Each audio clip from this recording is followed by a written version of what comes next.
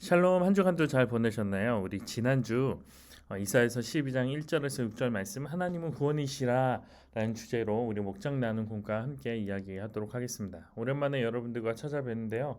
그동안 CC나 여러 가지 일로 바빠서 구차한 핑계죠. 잘 못 올려드려서 죄송합니다. 이번 주부터 다시 잘 시작해서 우리 목장 모임 잘 진행될 수 있도록 돕도록 하겠습니다. 우리 이사야서 11장 1절에서 6절, 하나님은 구원이시다, 우리 내용 함께 살펴보도록 하겠습니다. 말씀은 우리 먼저 각 목장별로 한번 읽어주시면 좋을 것 같습니다.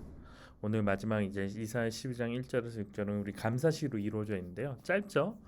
갑자기 긴 이야기들로 나오다 갑자기 짧게 이렇게 구성되어져 있는 것들이 사실은 이사야서를 이제 몇 가지의 책으로 분권해서 볼 수 있는데, 이 구조상으로도 하나의 감사시가 안으로 들어가면서 특별한 의미를 담고 있다라는 것들을 우리가 알 수 있고요. 담임 목사님께서도 또한 오늘 이사야서 12장 1절에서 6절 말씀에 이 감사시를 가지고 이야기하셨던 것 같은데요.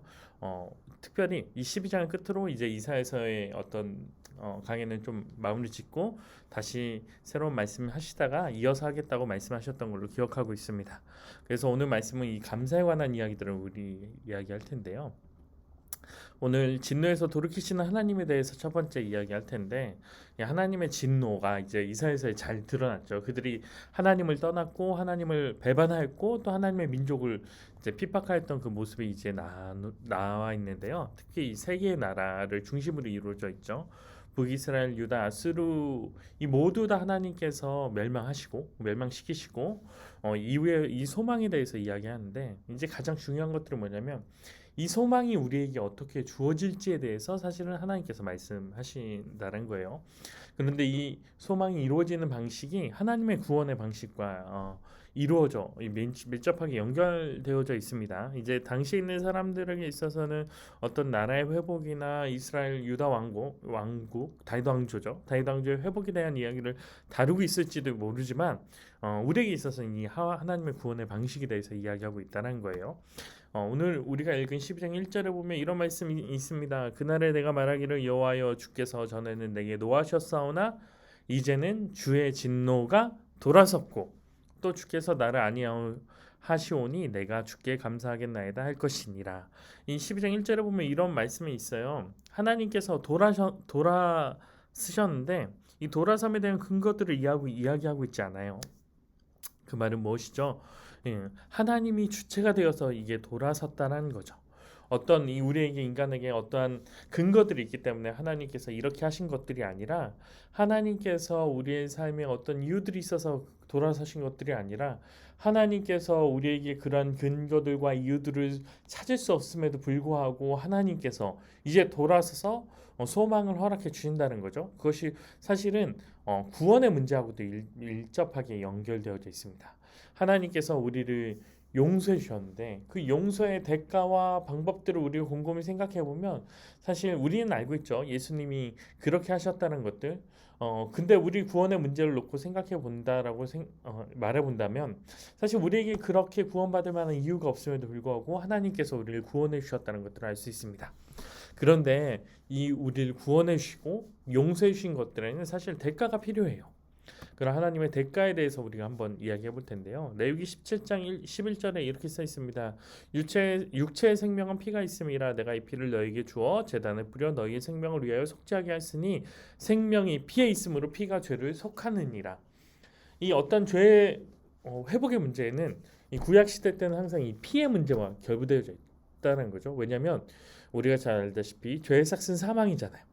이 사망이기 때문에 이 사망의 결과는 이 피로서 항상 갚아줘야 된다는 거예요. 죄의 문제는. 근데 히브리서 9장 2절에 이런 말씀이 있습니다. 율법을 따라 거의 모든 물건이 피로서 정결하게 되더니 피 흘림이 없은즉 사함이 없느니라.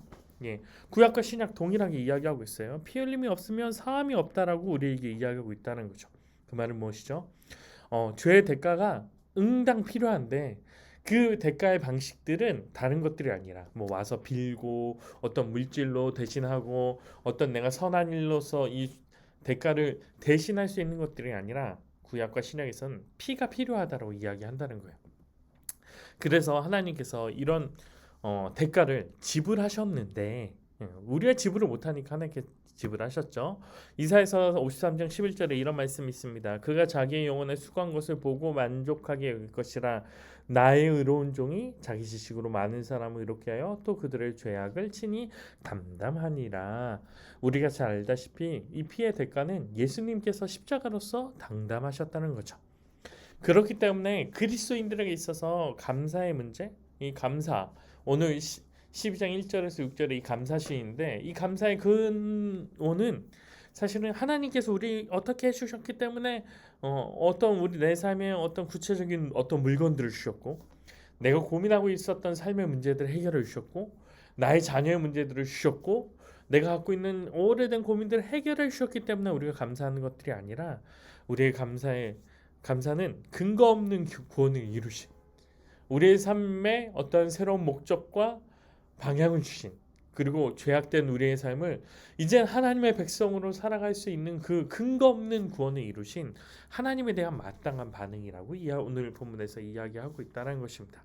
결국 감사는 우리에게 어떤 있을 만한 근거들이 있기 때문에 주어진 것들이 아니라, 하나님이 구원되시기 때문에, 구원되신 하나님 때문에, 그리고 십자가에 달리신 예수님께서 우리의 삶의 문제에 있어서, 우리 죄의 문제에 있어서 피로써 그 모든 것들을 해결해 주셨기 때문에 우린 마땅히 우리의 삶 가운데, 성도는 마땅히 그의 삶 가운데 감사의 근거가 되어야 된다는 거죠. 그래서 그런 감사의 구원을 갖고 있는 사람들에게는 특별한 삶의 새로운 방식들과 모양들이 있어요. 그것이 바로 오늘 두 번째 섹션에서 살펴볼 내용인데요. 구원의 은총을 입은 자들의 고백이 오늘 2절 말씀에 나오죠. 어떤 내용이죠? 어떤 고백이죠? 하나님은 나의 구원이시다.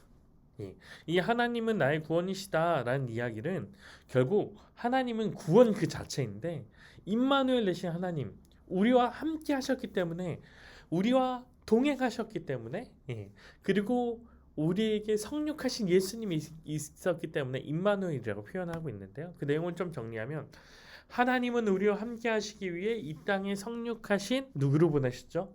아들 예수 그리스도를 보내시고 그의 성령을 또한 보내셔서 우리 안에 거하게 하셨다는 거죠. 결국 우리가 이 땅 가운데 새로운 삶의 모습과 새로운 삶의 방향성을 갖게 하셨을 뿐만이 아니라, 그렇게 살아갈 수 있도록 우리와 함께 하신다는 거죠.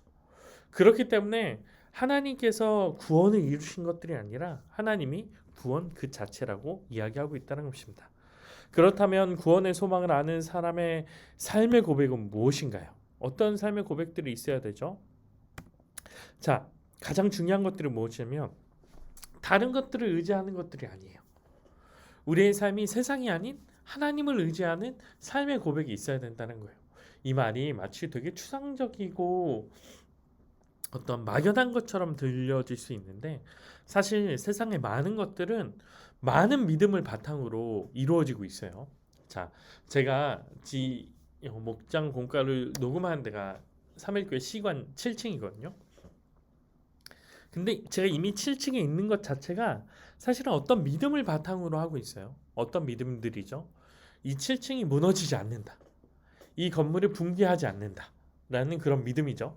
또한 다른 하나는 지금 이 시간에 시관 7층에 어떤 사람들이 와서 제 703호 있는데 703호에서 녹음하고 있는 나를 방해하지 않을 거다라는 그런 믿음들을 우리가 갖고 있어요. 갖고 있어요. 동일하게 마찬가지죠. 우리가 직장에서 일을 할 때도 한 달 동안 열심히 일을 하면 내가 정해진 날짜에 10일에 말일에 회사가 나의 응당한 대가를, 이 노동의 대가를 갚아서 월급을 입금할 거다라는 믿음을 가지고 있다는 거죠. 우리는 이런 믿음을 바탕으로 사실은 하고 있어요. 그렇기 때문에 세상을 살아가는 데 있어서 어떤 가치 체계와 삶의 모습을 결정하는 것은 믿음의 문제와 결부되어져 있습니다. 그렇죠? 세상을 바라보거나 세상에서 어떤 보상을 받거나 사람들에게 있어서 어떤 피드백을 받는 것 자체들 뿐만이 아니라, 내가 아이를 대하거나 내가 가정일을 하거나 어떤 일들을 하는 데 있어서 그런 우리가 갖고 있는 믿음들을 가지고 이루어지고 있다는 거예요. 그렇다고 하면 우리가 하나님을 우리의 구주, 우리의 주인으로 인정한다는 것들은, 하나님의 힘으로 살아간다는 것들은 마치 추상적이고 막연한 것들을 이야기하는 것들이 아니라 하나님의 믿음 때문에 주어진 구체적인 삶의 모습을 우리가 갖게 된다는 거예요. 그렇기 때문에 우리는 그러한 삶의 모습으로서 이 땅을 살아가게 되는데 하나님은 특별히 우리에게 있어서 이 감사로서 이 땅을 살아가도록 하셨어요. 이 감사라는 것들이 조금 바꿔서 이야기하면 우리를 구원해 주신 하나님에 대한 반응이죠. 예.